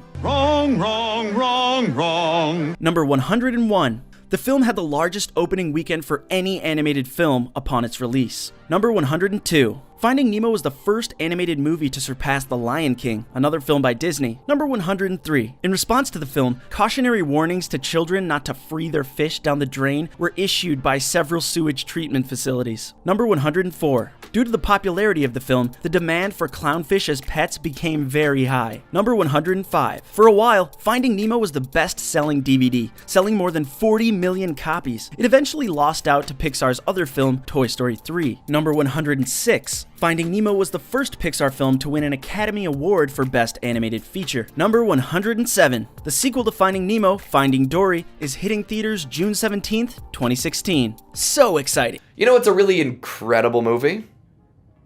Ratatouille. I know you thought I was going another direction there, but hey, we gotta talk about this rat under a hat who can cook like that. It's 107 facts about Ratatouille. Bonjour, everyone. Get ready to embark on a culinary journey through the heart of Paris, right from the comfort of your screens. We're plunging into the world of Pixar's Ratatouille, a world where anyone can cook, even a rat. From the cobblestone streets of the city to the steamy kitchens of Gusteau's, we are serving up 107 sizzling facts you may not know about this animated masterpiece. Let's get cooking. Number 1. Ratatouille was directed by the esteemed Brad Bird, who also directed other Pixar hits like The Incredibles and its sequel. This was Bird's second film with Pixar, and he brought his distinct storytelling style to the project. Number 2. The movie was produced by Pixar Animation Studios and distributed by Walt Disney Pictures. This was Pixar's 8th feature film. Number 3. Ratatouille was released in the United States on June 29, 2007. Despite its unconventional premise of a rat who dreams of becoming a chef, the film was a huge success both critically and commercially. Number 4. Speaking of success, Ratatouille grossed more than $620 million worldwide. It was the 5th highest grossing film of 2007. Number 5. The film also received widespread critical acclaim. It holds a rating of 96% on Rotten Tomatoes, with the consensus calling it a deliciously entertaining tale. Number 6. In 2008, Ratatouille won the Academy Award for Best Animated Feature. It beat out films like Persepolis and Surf's Up to take home the Oscar. Number 7. The film is set in Paris, France, one of the culinary capitals of the world. The animators took multiple trips to Paris to accurately capture the city's ambiance and architecture for the film. Number 8. In fact, they spent a week in Paris sketching and photographing landmarks. They visited places like the Eiffel Tower, Notre Dame, and the Seine River to provide authentic visuals for the film. Number 9. And they didn't stop at the city's landmarks. The animators also visited many Parisian restaurants to capture the bustling atmosphere of a real kitchen. They even took cooking classes and worked in professional kitchens to better understand the life of a chef. Number 10. The film's title, Ratatouille, is a play on words. It refers both to the French dish and the fact that the main character is a rat. Number 11. Speaking of our main character, Remy, he was voiced by comedian Patton Oswalt. Director Brad Bird heard Oswalt on a comedy album and felt his voice was perfect for Remy. Number 12. Remy isn't your ordinary rat. He has a keen sense of taste and smell which sets him apart from his fellow rodents. This is, in part, what drives his dream to become a chef. Number 13. Remy's character design is quite unique. Unlike his family and friends, Remy is more anthropomorphic, with a more upright posture, expressing his divide from the rat world and closeness to the human world. Number 14. Linguini, the young garbage boy turned cook, is voiced by Lou Romano. This was Romano's first leading role in a feature film, although he had previously worked with Pixar as a member of the art department. Number 15. Colette, the tough and talented sous chef, is voiced by Janine Garofalo. Garofalo spent time observing real-life female chefs to prepare for the role. Number 16. The character of Gusteau, the famous chef who inspires Remy, is voiced by Brad Garrett. He brings a warmth and joviality to the character, making him an inspirational figure for Remy. Number 17. The character design for Gusteau was based on real-life chefs like Paul Bocuse and Emeril Lagasse. His larger-than-life persona reflects the celebrity chef culture that's become so prominent. Number 18. The villain of the film, Chef Skinner, is voiced by Ian Holm. His character was named after the psychologist B.F. Skinner, who was famous for his experiments with rats. Number 19. Skinner's design was inspired by Louis de Funès, a French actor known for his comedic roles. The small stature, expressive face, and dynamic gestures of Skinner were all drawn from de Funès' on-screen presence. Number 20. The filmmakers took great care in depicting the food in the film. They even hired chef Thomas Keller of the French Laundry to consult on the film. He helped design the dishes and provided advice on kitchen protocol. Number 21. The dish that ultimately saves the day in the film, Ratatouille, was designed by Keller. His version of the dish, called confit bialdi, is a far cry from the traditional peasant dish. It's more elegant and refined, reflecting Remy's culinary ambition. Number 22. The animators spent a lot of time perfecting the look of the food in the film. They even cooked the dishes themselves to see how the ingredients interacted and how they changed during cooking. Number 23. To help the animators capture the movement of rats, Pixar brought in a rat expert. They learned about the behavior and movement of rats to make Remy and his family more believable. Number 24. The animators also studied the movements of chefs in the kitchen. They incorporated everything from the precise chopping of vegetables to the chaotic dance of a busy kitchen into the film. Number 25. The score for Ratatouille was composed by Michael Giacchino, who is a frequent collaborator with Pixar. He also composed the music for other Pixar films like Up and Inside Out. Number 26. Giacchino's score for Ratatouille is heavily influenced by French music. It features accordions and violins to capture the spirit of Paris. Number 27. The film's score was nominated for an Academy Award. It was also awarded Best Original Score at the 34th Annie Awards, which honors excellence in animation. Number 28. The name of the restaurant in the film, Gusteau's, is a play on the French word gusto, which means taste or enjoyment of food. Number 39. Ratatouille was the first Pixar film to be adapted into a Broadway musical. The TikTok musical version of Ratatouille became a viral sensation in 2020. Number 30. In 2009, a video game based on the film was released. Players could play as Remy and navigate through a series of culinary challenges. Number 31. In the game, Remy's abilities aren't just limited to cooking. He can also climb, swim, and sneak around, reflecting his adaptability in the film. Number 32. The game also includes original storylines not explored in the film, expanding the universe of Ratatouille and providing a new perspective for fans. Number 33. Ratatouille had a pre-show short film, something Pixar is famous for. The short film for Ratatouille was Lifted, a story about a young alien learning how to abduct humans. Number 34. The character Anton Ego, the feared food critic, is voiced by Peter O'Toole. His character design is in stark contrast to the other characters, with a gaunt appearance and sharp, angular features. Number 35. His character design was inspired by the late Louis Jouvet, a prominent figure in French cinema. His office is in the shape of a coffin, symbolizing the potential death of a restaurant's reputation from his reviews. Number 36. Ego's typewriter is shaped like a skull, further emphasizing the deathly power of his reviews. His character represents the fear and respect that critics can command in the culinary world. Number 37. The film's climax, where Ego tastes Remy's ratatouille and is transported back to his childhood, is one of the most poignant scenes in the film. It speaks to the power of food to evoke memories and emotions. Number 38. One of the significant themes of Ratatouille is the idea that anyone can cook. This phrase is repeated throughout the film, and it embodies Remy's belief and Gusteau's philosophy about cooking. Number 39. The phrase "anyone can cook" was actually inspired by chef Julia Child's philosophy. Child, known for popularizing French cuisine in America, believed that with the right instruction, anyone could make gourmet meals at home. Number 40. Remy's father, Django, is voiced by actor Brian Dennehy. Django represents the traditional rat lifestyle that Remy is trying to escape from. Number 41. Django's name is a nod to the famous Romani jazz guitarist Django Reinhardt. The filmmakers wanted to subtly hint at the film's European setting through character names. Number 42.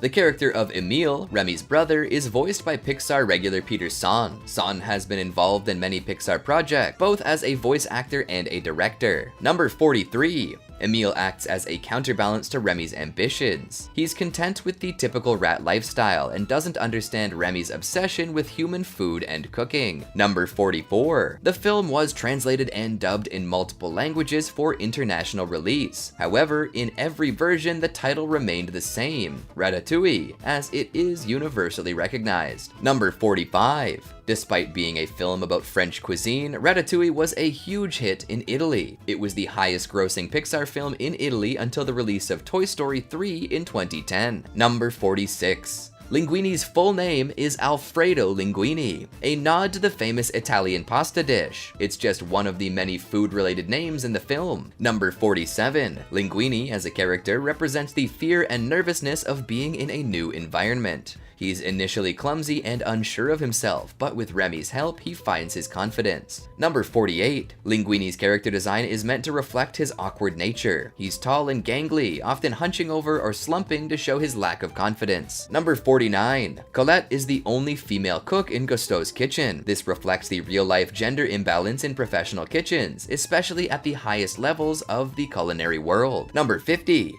Colette's character design, from her no-nonsense ponytail to her functional chef's uniform, reflects her determination and toughness. She's a character who has fought for her place in the kitchen and isn't afraid to stand her ground. Number 51. Colette's motto, "Keep your station clear," is a real rule in professional kitchens. It reflects the discipline and organization necessary to work in such a high-pressure environment. Number 52. The sequence where Colette teaches Linguini how to properly cook is a highlight of the film. It was meticulously researched and choreographed to accurately represent professional cooking techniques. Number 53. The animators had to create new technology to accurately portray the fur of the rats. They wanted the fur to look realistic, but also to move and react to the environment as it would in real life. Number 54. The animators also had to design unique movements for each rat character. For instance, Remy moves with more human-like characteristics, while the other rats move in a more traditional four-legged way. Number 55. The kitchen in Gusteau's was modeled after the kitchen in the French Laundry, a 3 Michelin star restaurant in California. The animators visited the restaurant to get a feel for the layout and the flow of a professional kitchen. Number 56. In a nod to Pixar's tradition of including Easter eggs from their future projects, Remy is startled by a dog's shadow and bark during his apartment building run. This dog bears a striking resemblance to Doug from Pixar's Up, a film that was released 2 years after Ratatouille. This shows Pixar's long-term planning and interconnected universe. Number 57. Ego's review of Gusteau's restaurant at the beginning of the film is a turning point for the plot. It results in the death of Chef Gusteau and sets the stage for Remy's story. Number 58. Gusteau's ghost, or figment of Remy's imagination, appears throughout the film as Remy's guide and mentor. This is a symbolic representation of Remy's inspiration and his inner thoughts. Number 59. The character designs in Ratatouille are more caricatured compared to other Pixar films. This was a stylistic choice to fit the humorous and whimsical nature of the story. Number 60. Ratatouille was adapted into a theme park attraction at Disneyland Paris in 2014. The ride, Ratatouille the Adventure, takes guests on a 4D journey through Gusteau's restaurant from Remy's perspective. Number 61. The Ratatouille theme park attraction was so well received in Disneyland Paris that it was brought to Epcot at Walt Disney World in Florida, opening in 2020. It's located in the France Pavilion in the World Showcase. Number 62. In the ride, guests are shrunk down to the size of a rat and navigate through the sights and smells of Gusteau's kitchen, dining area, and even the walls, creating a unique and immersive experience. Number 63. The Ratatouille attraction uses a trackless ride system, which was a relatively new technology at the time of its debut. This allows the ride vehicles to move in any direction, adding an unpredictable element to the experience. Number 64. Another interesting feature about Ratatouille the Adventure is use of 3D glasses. The ride combines 3D film with physical sets, creating an immersive 4D experience. Number 65.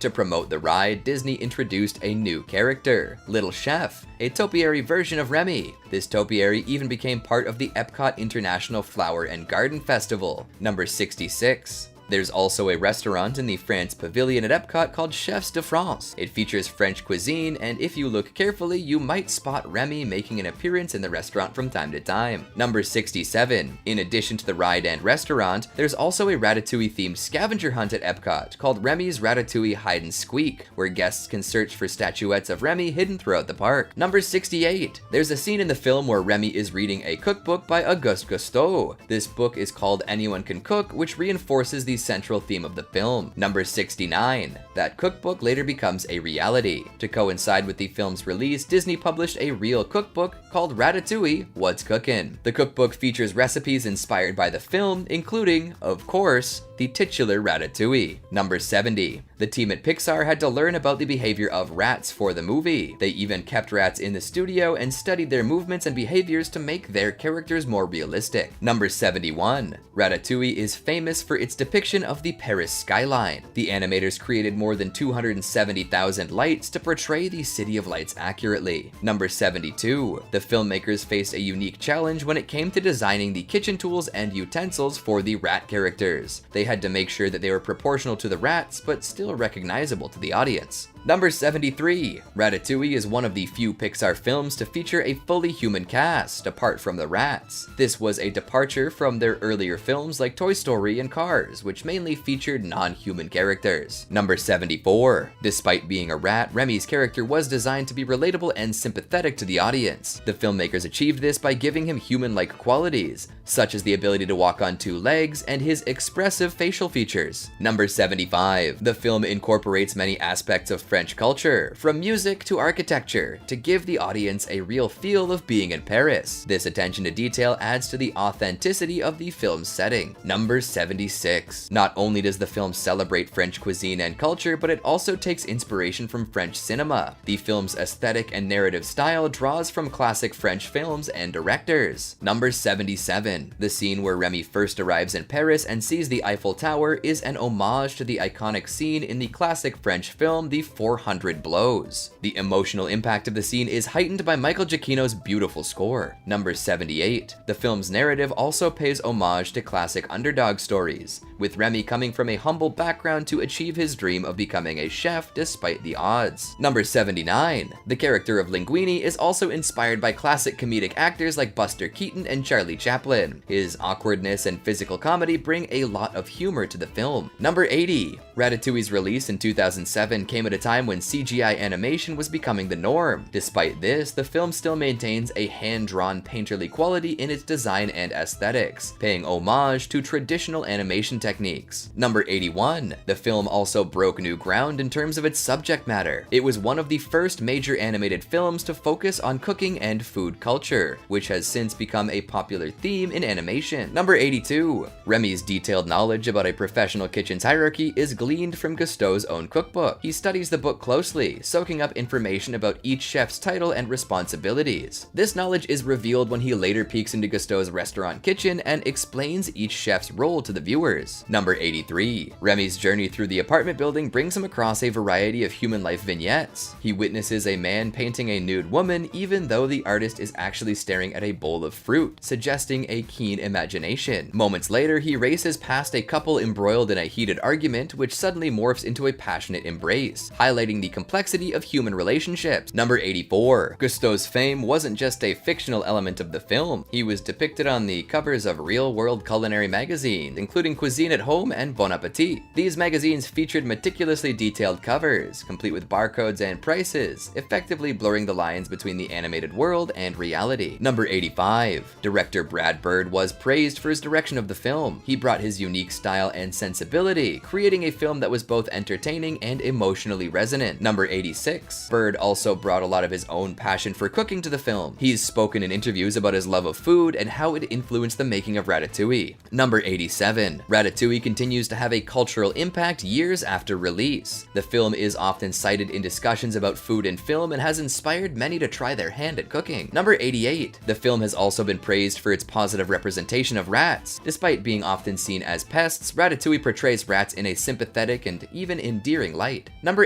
99. Ratatouille has been analyzed in academic circles as well. It's been discussed in the context of film studies, culinary studies, and even in discussions about representation and cultural identity. Number 90. In 2020, Ratatouille was selected for preservation in the National Film Registry by the Library of Congress. This honor is given to films that are culturally, historically, or aesthetically significant. Number 91. Linguini's bicycle in the film is a classic French design. The filmmakers aim to create a sense of authenticity in every aspect of the film, down to the smallest details. Number 92. The animators spent a lot of time perfecting the food animations in the film. They had to make the food look appealing and realistic, a task that required a lot of research and experimentation. Number 93. Remy's creation, the ratatouille, is a traditional French dish. The version he makes in the film is actually a variation called confit bialdi, a modern take on the classic recipe. Number 94. A film that's not just about a rat who loves to cook, but a story that encourages us all to take risks, defy social expectations,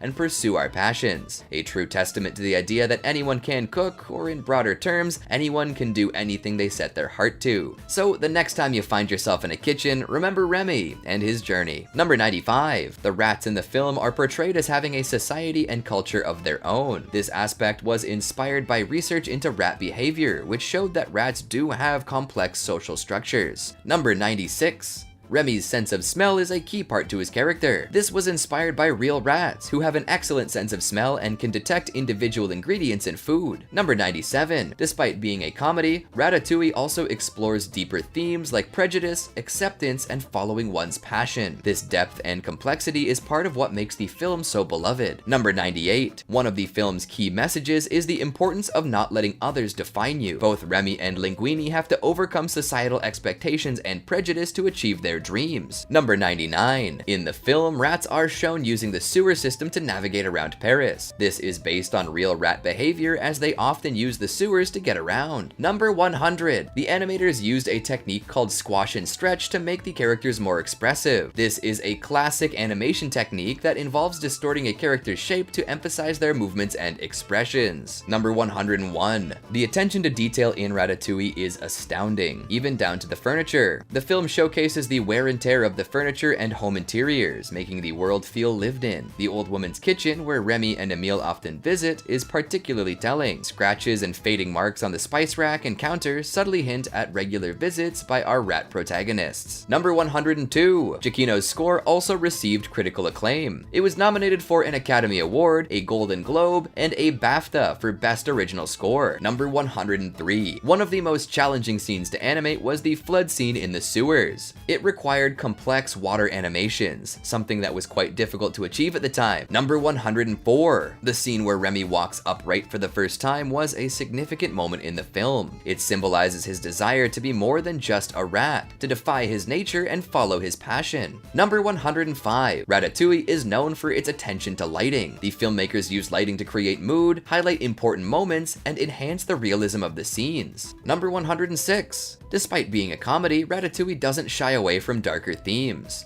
The film explores the harsh reality of the restaurant business and the pressure of living up to expectations. Number 107. Ratatouille is a celebration of passion, creativity, and the joy of cooking. It's inspired many viewers to explore their own passions and not be afraid to go against the grain. Alright, I already made that incredible Incredibles joke, so now I'm gonna highlight them. And when I say them, I don't just mean the family unit being multiple people, I'm talking about the sequel to The Incredibles as well. So enjoy 107 facts about The Incredibles and 107 facts about The Incredibles 2.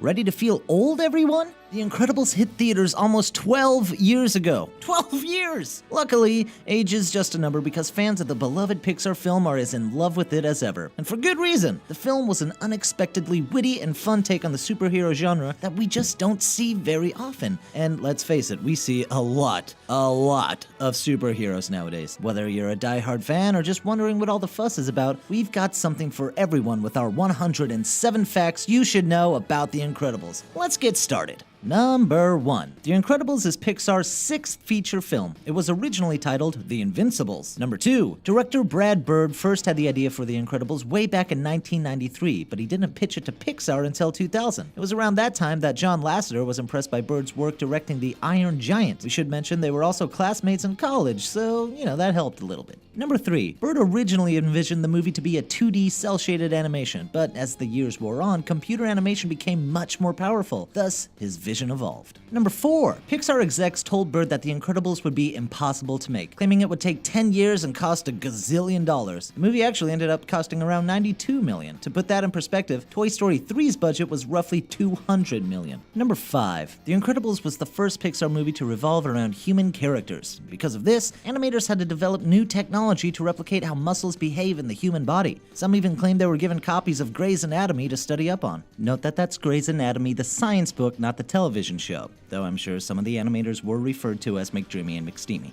Number 6. Supervising animator Tony Fusel says one of the reasons Pixar waited so long to make a movie with human characters is because audiences are less forgiving. We spend our whole lives watching and interacting with people, so we know right away when even the tiniest details are not right. Number 7. The idea for Mr. Incredible was inspired by Bird's life. He was a young father balancing family life and the pursuit of his Hollywood dreams. So, he thought up a superhero father who was forced to give up his passion, in this case, saving the world, and move to the suburbs for the good of his family. Number 8. According to Brad Bird, the interesting thing to him was never the superhero part of it. It was more the family dynamic and how superhero things play into that. Number 9. Bob, aka Mr. Incredible's power, is super strength because Bird thought that the fathers are traditionally the strong ones of the family. Moms might have something to say about that. Number 10. Bird gave Helen, aka Elastigirl, the power to super stretch because he thinks wives and mothers get pulled in a million different directions. Number 11. Violet's superpower is invisibility because she's a typical teenager who's uncomfortable in her own skin. Number 12. Dash moves at lightning speed because Bird sees 10-year-old boys as hyperactive and full of energy. Number 13. And best of all, Baby Jack Jack has multiple abilities because he's a baby and full of unrealized potential. Which begs the question, do they get to pick which power they stick with? We need answers, Pixar! Number 14. Jack Jack was supposed to transform 5 times, but he only transforms 4 times in the film. The 5th transformation was supposed to be into a goo form. However, it would have taken 2 months to make it happen, and they just ran out of time.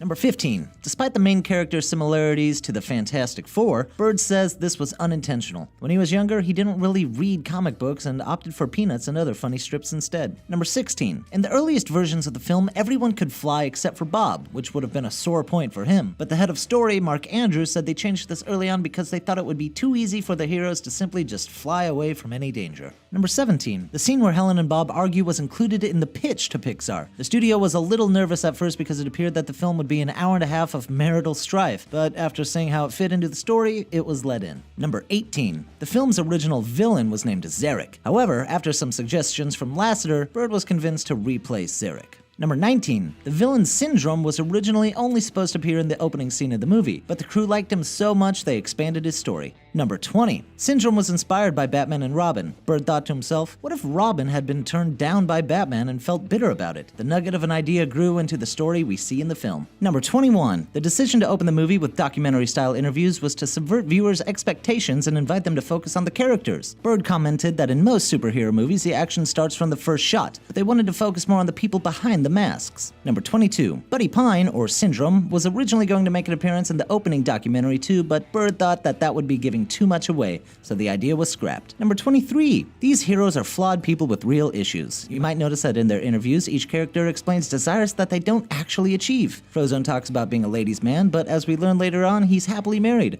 Mr. Incredible talks about settling down, but he later finds that suburban life is not all he had hoped for. Elastigirl says she'll never stop fighting, but we later see her as a stay-at-home wife. Number 24. Did you know Syndrome's design was based off of Bird? He claims he didn't realize the similarity until it was too late, otherwise he would have changed the design. Number 25. Apparently Mr. Incredible was also modeled after Bird. You know, if we were mixed with a Greek god and a partially aging football star. Gonna go ahead and assume that Bird didn't have any problem with this comparison. Number 26. Mr. Incredible's car, the Incredimobile, was originally going to be shown in everyday life. Bird and Lasseter both had an idea where there would be scenes where there is a car seat in the back for Jack Jack and doing everyday errands in this super-powered car. Number 27. The villain Bon Voyage was originally named Bon Perignon, but for some odd reason, the champagne makers were not on board with being associated with a villainous bomb-making mime. Number 28. Metroville, the city the Incredibles save, gets its name from a combination of Metropolis and Smallville, Superman's old stomping grounds. Number 29. If you look closely at the GPS in the Incredimobile, you'll notice the streets of Metroville are eerily similar to the streets of Emeryville, where Pixar is located. Number 30. Samuel L. Jackson was cast as Frozone because Bird wanted wanted Frozone to have the coolest voice. Number 31. The character Edna Mode was inspired by equipment guys you see in a lot of the spy movies, like Q and James Bond. She was also based off costume designer Edith Head.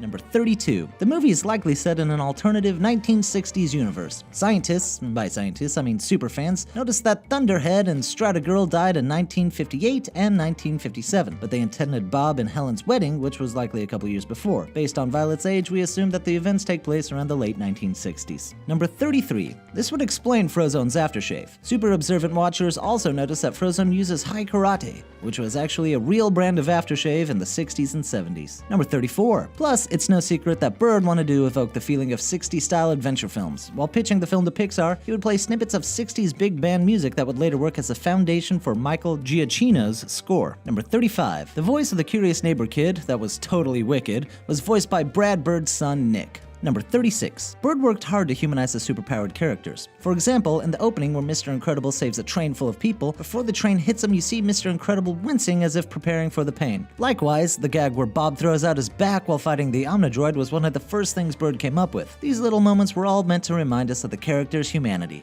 Hey everybody, taking a quick break from the facts to let you all know that this is your last chance to enter StashRiot.com's $1,000 giveaway. To enter, all you have to do is click the link in the description below and enter your email address at StashRiot.com for your chance to win $1,000 for all of your plushie and t-shirt needs. Contest rules apply. StashRiot.com is also offering free shipping throughout anywhere in the US, and if you're overseas, they're taking $5 off your order shipping. And if you're watching this video after April 30th, don't worry because StashRiot.com does a bunch of giveaways, so be sure to check back for your chance to win. And now let's get back to the facts. Number 37. Computer animation is hard. According to Bird, it took one animator 2 months to simulate fabric movements in the scene where Bob pulls his hand through his old costume. Once they got it down, they reused the effect for other scenes in the film. Number 38. Bird brought in some new talent to work at Pixar. Among the list of new employees included Peter Sohn, who would later go on to direct The Good Dinosaur. But you've already watched that 107, so of course you knew that already. Number 39. Of the textures, simulations, and animations, the crew agrees that the absolute hardest thing to do was to make long hair move naturally. Number 40. During the action scene in the jungle, there was supposed to be a shot of the family hiding underwater as the vipers went over them. It was one of Bird's favorite shots, but after several revisions to the story, it was cut. Animators commented that this would involve underwater hair physics, and they were relieved to see it go. Number 41. Do all the extras look similar? Almost every male and female extra in the film is the same model. Dubbed the Universal Man, this 3D model was used to make every extra in the film, from the adult males to the children. Number 42. The Incredibles is the only Pixar movie to date that does not have the famous Pizza Planet truck in it. The reason Brad Bird gave was he forgot to ask anyone to put it in. Number 43. However, the A113 reference made it in. That's a running Easter egg that all Pixar movies have as a reference to classroom A113 at CalArts, where a lot of Pixar animators have studied.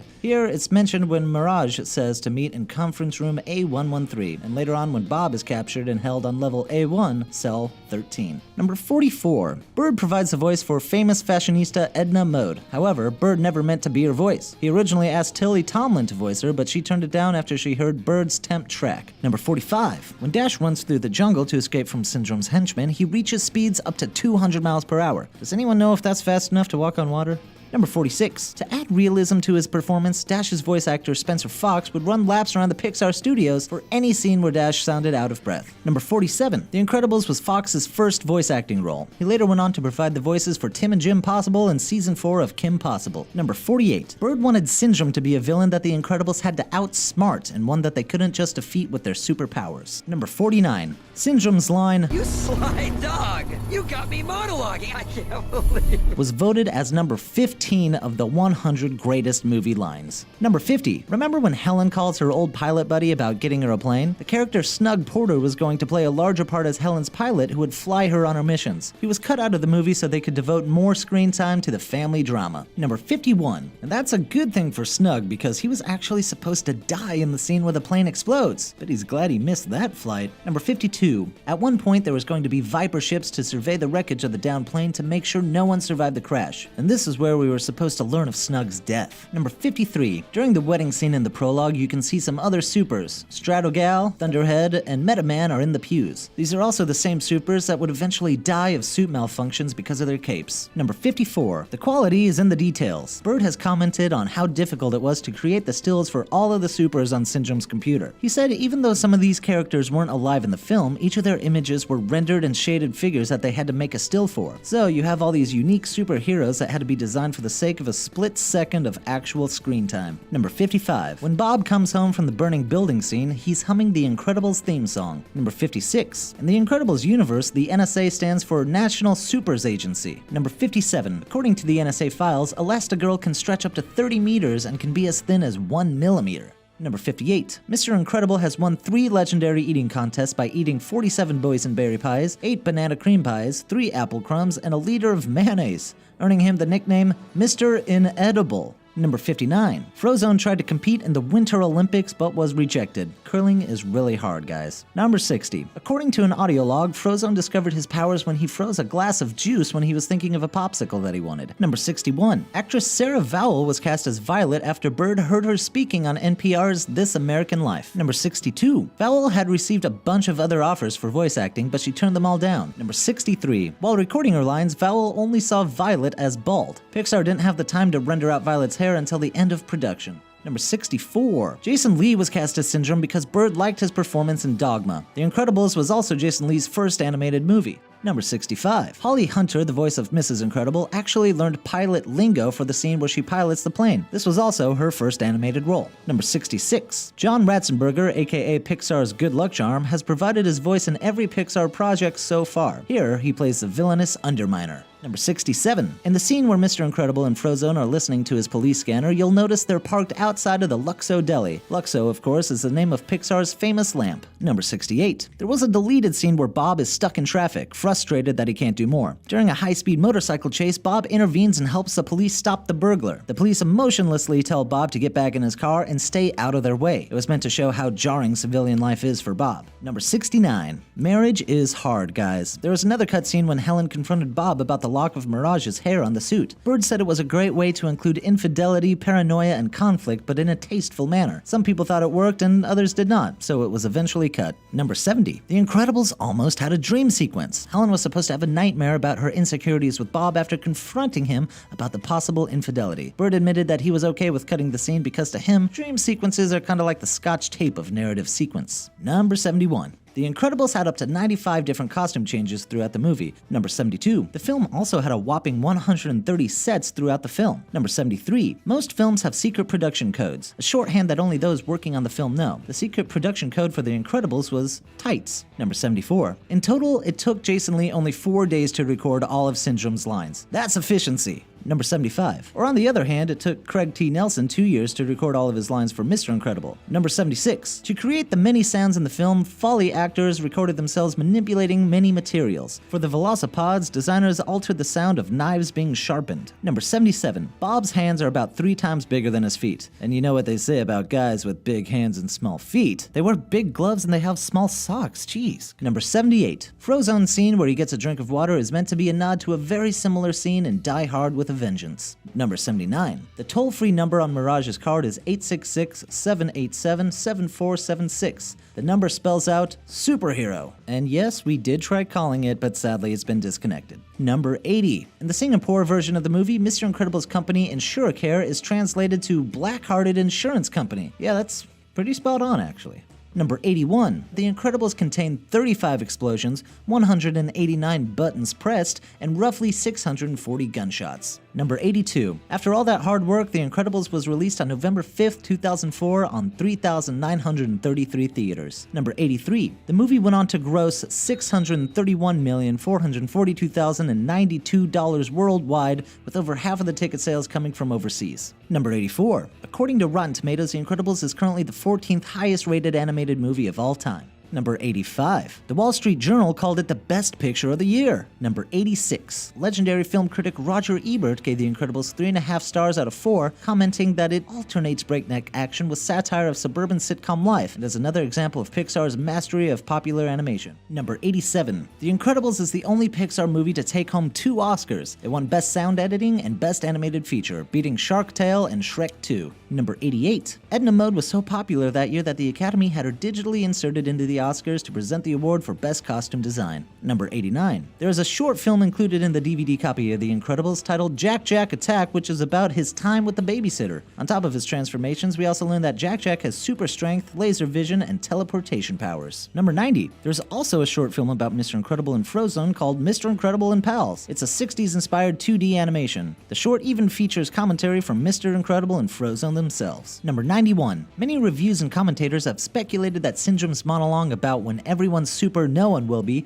references Ayn Rand's objectivism. Brad has stated in interviews that the claims are ridiculous. Sorry, Ayn, at least you still have Paul Ryan. Number 92. A video game based on the events in the film was released in 2004 for Xbox, PlayStation, and GameCube. Number 93. Ever wonder what happened to the Enderminer? Well, Incredible fans got a chance to fight him in the 2006 video game The Incredibles: Rise of the Enderminer. Number 94. In the game, you only have the opportunity to play as Mr. Incredible and Frozone, but if you want to be any of the other supers, you can do so in Disney Infinity. The game offers a chance to play as Mr. and Mrs. Incredible, Dash, Violet, and even Syndrome. Number 95. The Incredibles was also Pixar's first movie to get a PG rating. So dangerous, Pixar. Number 96. In merchandise and promotional material, Elastigirl is always referred to as Mrs. Incredible. This is because DC owns the name Elastigirl. Number 97. DC's Elastigirl is a member of a team named the Doom Patrol. The Doom Patrol had a series of comics called My Greatest Adventure, which is also what Pixar's Elastigirl calls Mr. Incredible during their wedding vows. Number 98. The scene with Dash and his teacher at the principal's office was a scene that was added and then removed multiple times. They decided to keep it in because without regularly checking in with the other characters, the movie started to be all about Bob rather than the whole family. Number 99. Legendary Disney animators Frank Thomas and Ollie Johnson have short cameos near the end of the movie. They played the 2 old guys that exclaim,